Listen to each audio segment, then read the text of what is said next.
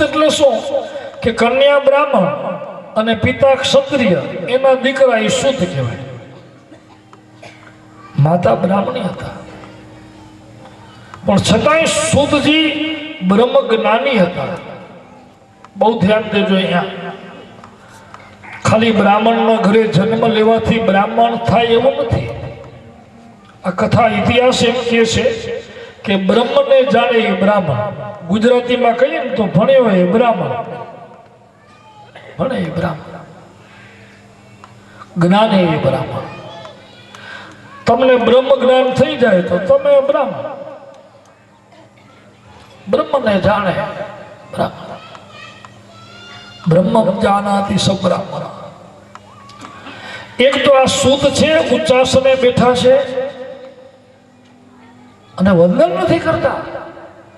ક્રોધિત થયેલા બલરામજીએ આષાઢ મહિનાના શુક્લ પક્ષની દ્વાદશીના દિવસે દર્ભની શલાકામાં બ્રહ્માસ્ત્રનો ઉચ્ચાર કરીને મારી સૂતજીનું મૃત્યુ થઈ ગયું.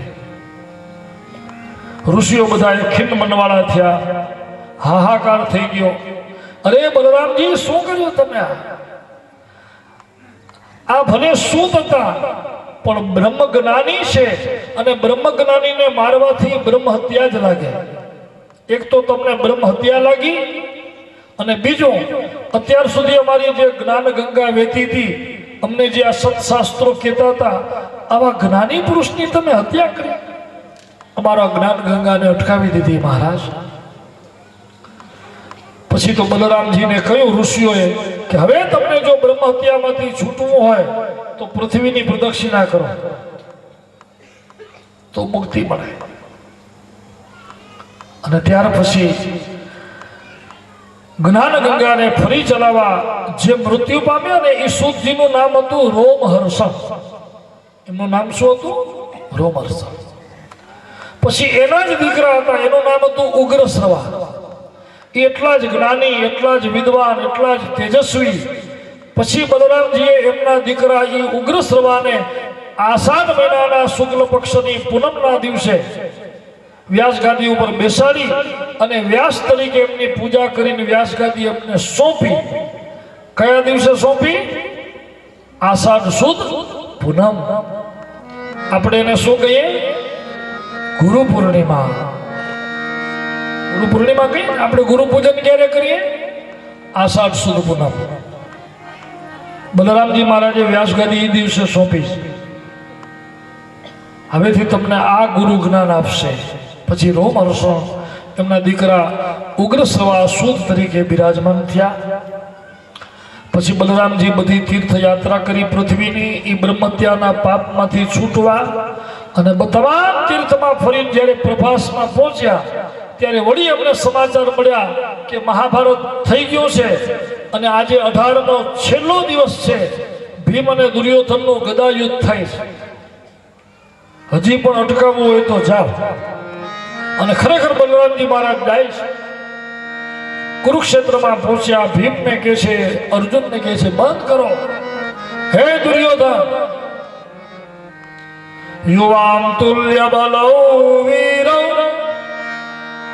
હે રાજન હે વૃકોદર, એકમ પ્રાણાધિકમ મન્યે, ઉતૈકમ શિક્ષયાધિકમ, ઉતૈકમ.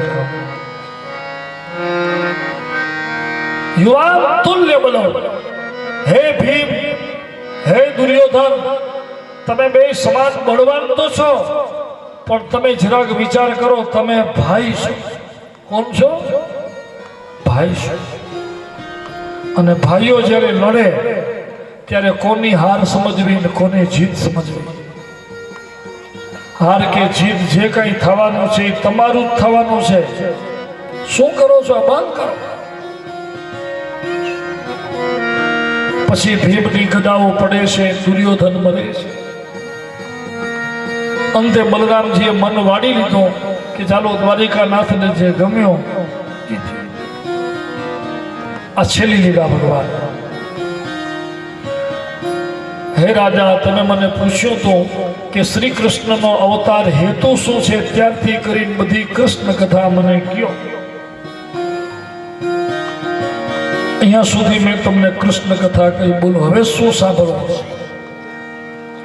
ભગવાન યાની ચામ્યાની મુકુંદસ્ય મહાત્મનઃ વીર્યાણ્યનંદ વીર્યસ્ય શ્રોતુમિચ્છામહે પ્રભુ શ્રોતુમિચ્છામહે. પરીક્ષિત કહે છે કે ગુરુદેવ, બધી અથથી ઇતિ કથા કહી તમે, પણ હજી આના સિવાય પણ કૃષ્ણના જે કોઈ અન્ય ચરિત્ર હજી કંઈ તમને જો યાદ રહેતા હોય અને કાંઈ ભૂલાઈ ગયું હોય, હજી બીજા ચરિત્રો પણ મુકુંદ છે મહાત્મનઃ, તો હવે કાંઈ પણ હજી રહી ગયું હોય ને જે કૃષ્ણ કથા, મને બધી કથા સાંભળવી છે, કાંઈ રહી ન જાવો જોઈએ. વીર્યાનંત્ય વીર્યસ્ય, યાદ કરો, હજી કાંઈ રહી જાય છે? એટલે હા હા હા, સુખદેવજી કે હજી એક વાત રહી જાય. શું? તો કે ભગવાનના એક મિત્રની વાત રહી ગઈ.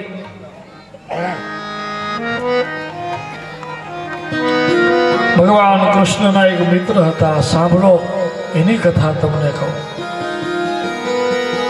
કૃષ્ણસ્યાસિદ સખા કશ્ચિત બ્રાહ્મણો બ્રહ્મવિત્તમઃ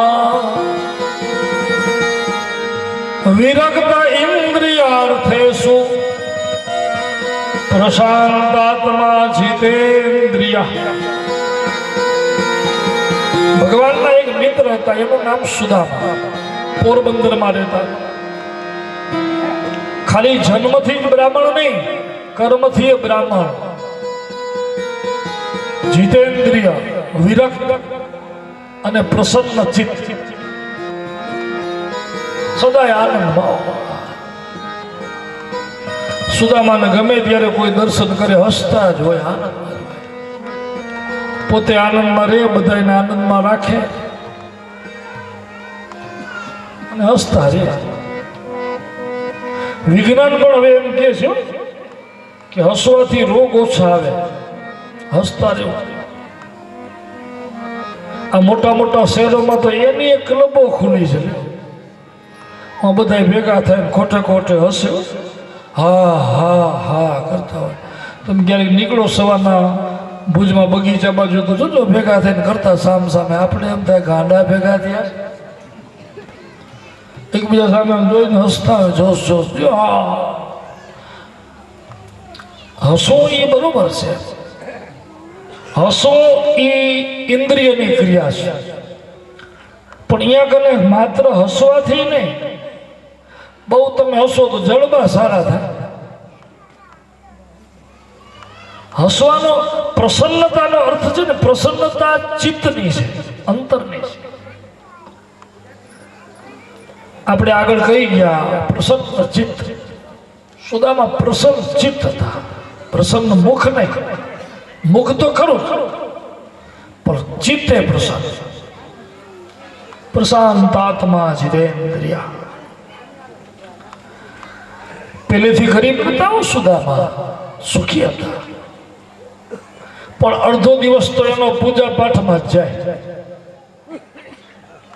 પાછા સુદામા એમને ત્યાં કોઈ અતિથિ આવે, કોઈ કાંઈ આવે અને કોઈને કાંઈ જોતું હોય તો ના ન પાડે. બ્રાહ્મણના દીકરા ભણવા આવે તો ભણાવે, એને પુસ્તકો લઈ દે, એને જમાડે, બધું એ પોતે કરે. પાઠશાળા એ ઘરમાં, ગૌશાળા ઘરમાં, યજ્ઞશાળા તો કે ઘરમાં, બધું પોતે, બધી શાળા એવું અહીંયા.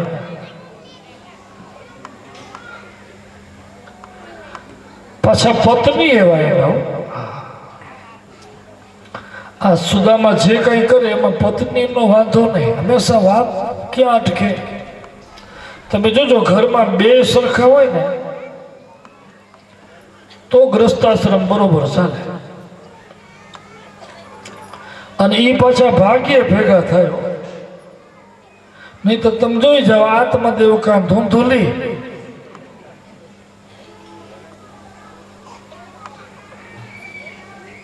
અને ક્યાંક તમે જુઓ તો ઘરના બરોબર હોય તો સામે ધૂંધું કરી જવું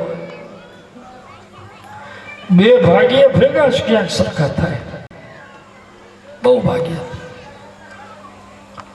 આ સુશીલા પતિવ્રતા હતા સુદામાનું નામ પત્નીનું નામ સુશીલા હતું એને કોઈ વાંધો જ નહીં બ્રાહ્મણનો દીકરા ગમે એટલા આવે ભણે સુશીલા કોઈ એમ નહીં કે હું આ બધાના રોટલા હું નહીં કરું નહીં તો શું પછી મહેમાન થોડાક દી આવે તો ઘરના એમ કહી દે મારે આખી જિંદગી શું બધા રોટલા જ કરવા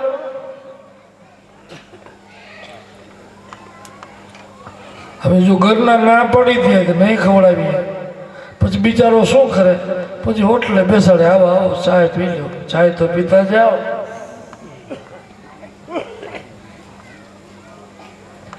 બે સરખા હોય તો ચિંતા ન હોય તમે જોજો તો ઓલો પતિ ખુશીથી કહી દે કે આવ્યા છો રોટલો ખાઈને જાજો અને ખાલી એટલું જ ગયો ઘણી વાર તો રસોડો ધોવાઈ ગયો સુદામાં એટલું જ આવીને ક્યાંક ભાગ્યવાન અતિથિ આવ્યા છે એટલે તરત સુશીલા કે બેસાડો હમણાં જ રોટલા કરી દો જમ્યા વગર ન જાય કહી દો પણ મોઢું લઈ આવે સુદામાં પણ ઘર જોઈને અતિથિ સમજી જાય એટલે આવીને સીધા એ કહી દે કે આજે ભૂખ નથી સુદામા નીકળી જાય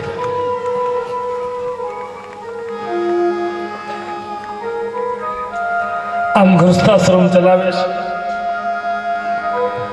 પરિવારે હતો બાળકો હતા સુદામાના પછી એવી સ્થિતિ આવી કે એમના બાળકો ભૂખ્યા રહે છે ઘરમાં ભોજન નથી પાડોશીઓને ખબર પડી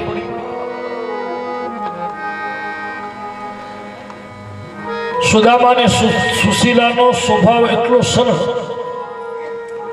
આખું ગામ બહુ આદર કર્યો પાડોશી સમજી ગયા કે અત્યારે એમના ઘરમાં પરિસ્થિતિ બહુ ખરાબ છે પણ સુદામા અયાચક છે અયાચક અને અપ્રતિગ્રાહી બહુ ધ્યાન દેજો અપ્રતિગ્રાહી એટલે કર્મ કર્યા વગર કોઈ પાસે લે નહીં કર્મ કર્યા વગર ન લેવું એ પ્રતિગ્રહ ન લેવું કર્મ કર્યા વગર લે તો એ દાન કહેવાય અને દાન લે તો એ પ્રતિગ્રહ કહેવાય એટલે સુદામા અપ્રતિગ્રાહી અને અયાચક કે પાછું કોઈ પાસે માગે નહીં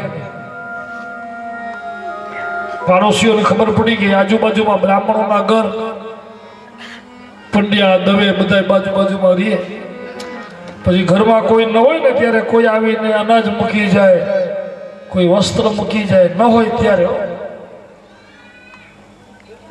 એ સમયમાં બધા ફળિયા પ્રમાણે રહેતા આગળ બધું કેમ ફળિયા પ્રમાણે હતું શહેરોમાં એમ આ સોની બજાર ના કંસારા ફળિયો ના ફલાણો ફળિયો ને આપણે અહીંયા આવીએ તો એ નથી બધી આ પટેલ ફળિયો ને આ મંદિરિયા ફળિયો આ વરજાન અહીંયા વળ્યા છાંગા એમ પરિવાર બ્રાહ્મણનો ફળિયો તો સુદામાં રહેતા હતા બ્રાહ્મણો બધું મૂકી જાય કયા વગર પણ એક દિવસે સુશીલા રડતા રડતા કહે કે નાનો બ્રાહ્મણ ભાગવત સખા સાક્ષાત શ્રિયપતિ બ્રહ્મણ્યશ્ચ સરવ્યશ્ચ ભગવાન શાસ્ત્રતર્ષભ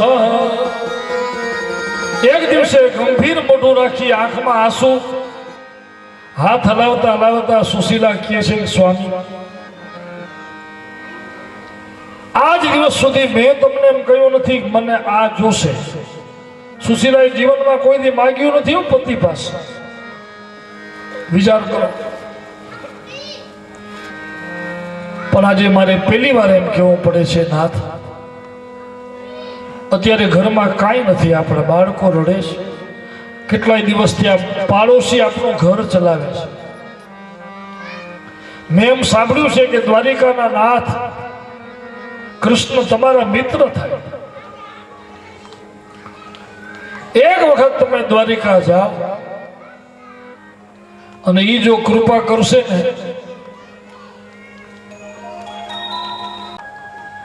ભગવાનના દર્શન જે થશે એવો લાભ પછી બીજી વાર મળશે. આપણે મંદિરે જઈએ તો કઈ ભગવાન સીધો થેલો ભરીને દઈ નથી દે કે આવ્યો છો લઈ જા. મંદિરે જઈએ તો લાભની ઈચ્છાથી નહીં જવાનું. આપણે દર્શન કરવાનો સમય મળે છે અને ભગવાન આપણે દર્શન આપે છે, બસ એ જ મોટો લાભ છે. ઉત્તમ શ્લોક દર્શનમ. અહીંયા સુખદેવજી અહીંયા એમ કહ્યું છે સુખદેવજી મહારાજ, સુદામા સુશીલાને એમ કહે છે કે બીજો લાભ થાય કે ન થાય પણ દ્વારિકાનાથના દર્શન તો થશે. લાવ જાઓ, પણ ભેટ લઈ આવી દે તો જાઓ. દવે ફળ્યું હતું, કાંઠાના નાકા સુધી પહોંચ્યા, પૂછતા પૂછતા સુશીલા. પછી ઘરમાં પૂછ્યું કે ભાઈ મારા પતિ જાય છે દ્વારકા, તમારા ઘરમાં કાંઈ દેવા જેવો હોય તો દો. ચંદ્રાવલીનું મન બહુ સરળ સ્વભાવની. સુશીલાએ કીધું એટલે કે ભાઈ હું બીજું તો નથી મારા ઘરમાં કાંઈ, પણ ચાલ હમણાં તો ગોરબાપા બધા તાળા લગાવીને ગયા છે, પણ 4 મુઠ્ઠી તાંદુલ છે એ લઈ જાવ.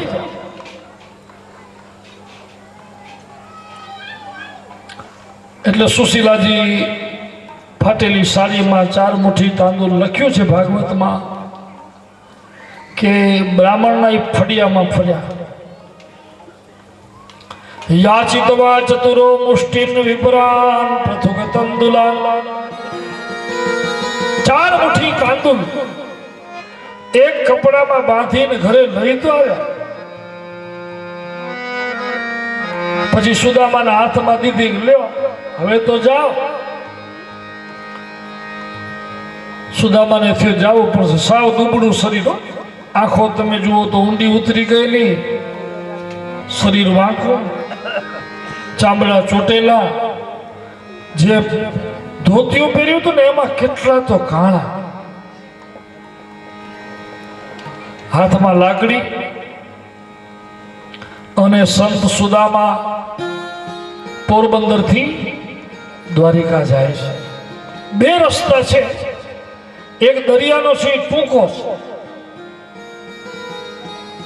ભૂમિનો છે એ લાંબો છે. પણ જો વાણમાં બેસે તો વાણવાળાને પૈસા દેવા પડે, અને સુદામાને એ જ વાંધો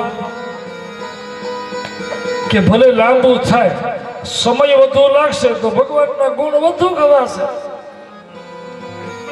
ઘણી વાર જો આપણે એમ થાય કે મોડું થઈ ગયું, ભગવાનના નામમાં મોડું થાય તો એમ સમજવાનું કે આ થોડુંક નામ વધુ લેવાનું. લાંબે થાય છે તો ગોવિંદ વધુ ગાશું. એ સંત સુદામા ચાલિયા રે.